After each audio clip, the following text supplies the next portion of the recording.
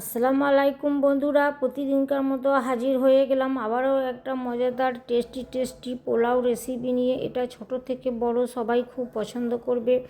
প্রথমে আমি কড়াইয়ে তেল দিয়েছি। এখানে আমি একটা বড় গাজরকে টুকরো টুকরো করে ছোট ছোট করে কেটে নিয়েছি। তেলের মধ্যে দিয়ে দিয়েছি একটু সামান্য লবণ দিয়ে ধিমে আঁচে গাজরটাকে আমি লাল করে একটু ভেজে নেব। এটা আমি তেলের বদলে আপনারা ঘিও দিতে পারেন, কিন্তু আমি এটা তেলেই ভাজছি। ঘি দিলে আরও টেস্টি হবে, আরও মজাদার হবে। এবার আমার লাল করে ভাজা হয়ে গেছে, আমি একটা প্লেটের মধ্যে তুলে নিচ্ছি।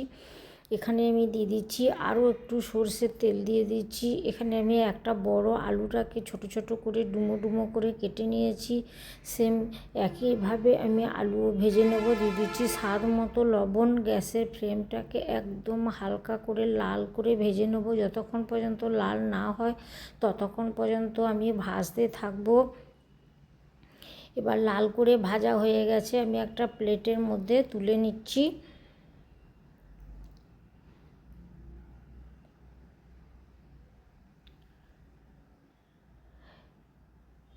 প্লেটের মধ্যে তুলে নিলাম। দিয়ে দিচ্ছি আরও একটু সর্ষের তেল। এখানে আমি নিয়েছি বাদামটা তেল দিয়ে ভেজে নেব লাল করে। এখানে আমি কাঁচা বাদাম নিয়েছি, আপনাদের কাছে যদি ভাজা বাদাম থাকে ভাজা বাদামটাও দিতে পারেন, কিন্তু আমি এখানে কাঁচা বাদামটা দিচ্ছি। আমার কাছে কাঁচা বাদামটাই ছিল।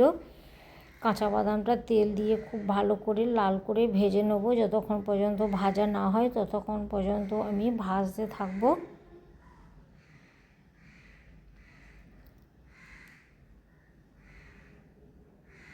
লাল করে ভাজা হয়ে গেছে, এটা আমি একটা বাটির মধ্যে তুলে নিচ্ছি। এবার এখানে আমি দিয়ে দিচ্ছি গাওয়া ঘি, দিয়ে দিচ্ছি হাফ চামচ। এখানে আমি নিয়েছি কয়েক দানা কাজু বাদাম। কাজুটাকেও আমি একটু লাল করে হালকা করে ফ্রাই করে নেব। এটা আমি ঘি দিয়ে করব।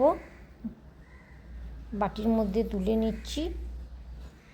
এখানে আমি দিয়ে দিচ্ছি এক মুঠো কিশমিশ, দিয়ে দিচ্ছি আরও একটু ঘি দিয়ে দেবো। কিশমিশটা ঘি দিয়ে ভেজে নেব।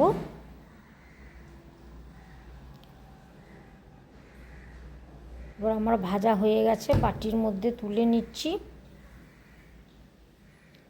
আরও একটু দিয়ে দিচ্ছি ঘি। এখানে আমি নিয়েছি 250 গ্রাম সুজি নিয়েছি। সুজিটা ঘি দিয়ে ভেজে নেব।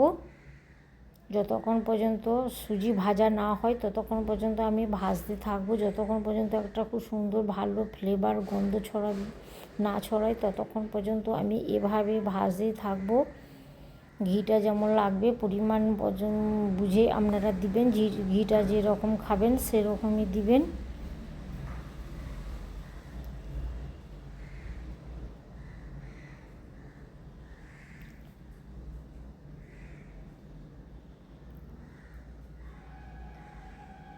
এবার সুজি ভাজা হয়ে গেছে, সুজি থেকে খুব সুন্দর একটা গন্ধ ছড়াচ্ছে। এর থেকে আমি আর বেশি লাল করব না।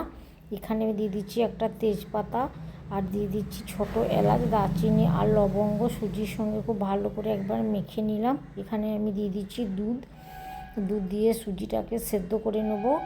এখানে দুধের বদলে আপনারা জল বা পানিও দিতে পারেন, যেটা সুবিধা হবে। দুধটা দিলে টেস্টি হবে। এবার ঢেকে আমি সুজিটা কিছুক্ষণ সেদ্ধ করার জন্য অপেক্ষা করব।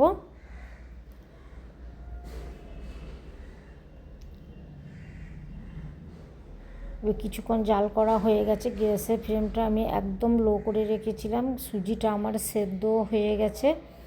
এবার দিয়ে দিচ্ছি ভাজা বাদাম, ড্রাই ফ্রুটগুলো দিয়ে দিচ্ছি, গাজর আর আলু ভাজা।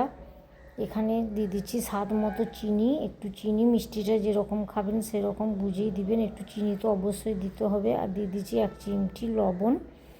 সব উপকরণগুলো খুব ভালো করে আমি মেখে নেব। গ্যাসের ফ্লেমটাকে লো করে রেখেছি। সুজিটা যাতে একটু ঝরঝরে হয়ে যায় সেজন্য খুন্তি করে ভেঙে নেব। আবারও কিছুক্ষণ ঢেকে আমি জাল করে অপেক্ষা করব।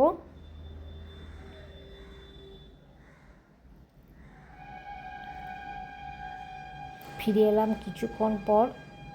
এবার উল্টে পাল্টে লাল নেড়ে দেবো। যেগুলো দলা পেকে আছে সেগুলো খুন্তির সাহায্যে ছাড়িয়ে নেব। এখানে আমি দুধের মধ্যে দিয়েছি একটু কালারের জন্য ফুড কালার। আপনাদের কাছে যদি কেশর থাকে সেটাও দিতে পারেন। দিলে খুব ফ্লেভার হবে। আর এটা কালারের জন্য দিলাম, অপশনাল। আপনারা যদি কালার বিনা কালারে খেতে চান তাহলে কালারটাকে বাদ দিয়ে দেবেন।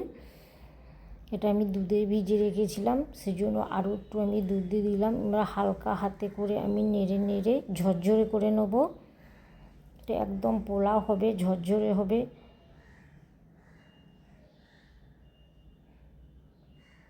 দেখুন কত সুন্দরভাবে আমি এভাবে, ঠিক যেভাবে বানাচ্ছি এভাবে একবার অবশ্যই বানিয়ে খেয়ে দেখবেন।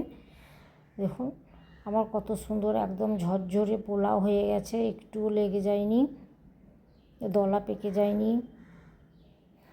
এটা আপনারা অবশ্যই একবার ট্রাই করবেন। ছোট থেকে বড় সবাই খুবই পছন্দ করবে। স্কুলের টিফিনে বা ছুটির দিনে বিকালবেলায় বা সকালে ব্রেকফাস্টেও আপনারা এটা বানিয়ে খেতে পারেন। দিয়ে দিচ্ছি আর একটু ওপর থেকে আমি ঘি দিচ্ছি। ঘিটা আপনাদের মতো যতটা ঘি পছন্দ করবেন সেইভাবে ঘিটাকে দিবেন। আমি খুব বেশি ঘি ব্যবহার করিনি। এবার গরম গরম পরিবেশন করুন, স্কুল বা অফিসের টিফিনে ভরে দিন। সবাই ভালো থাকবেন, সুস্থ থাকবেন। আর আজকে আমার এই রেসিপিটা যদি ভালো লেগে থাকে লাইক, শেয়ার আর সাবস্ক্রাইব করে আমার পাশে থাকার অনুরোধ রইল। আজকের মতো আসি, আল্লাহ হাফেজ।